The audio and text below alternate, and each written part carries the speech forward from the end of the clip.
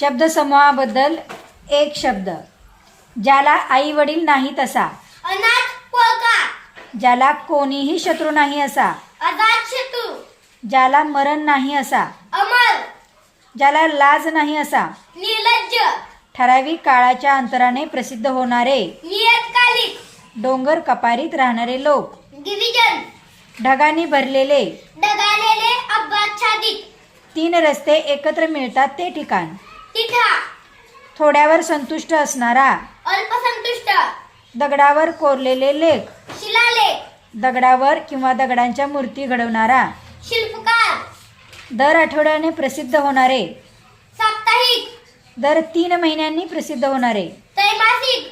दर 15 प्रसिद्ध होणारे. पाक्षिक. दर महिन्याने प्रसिद्ध होणारे. मासिक.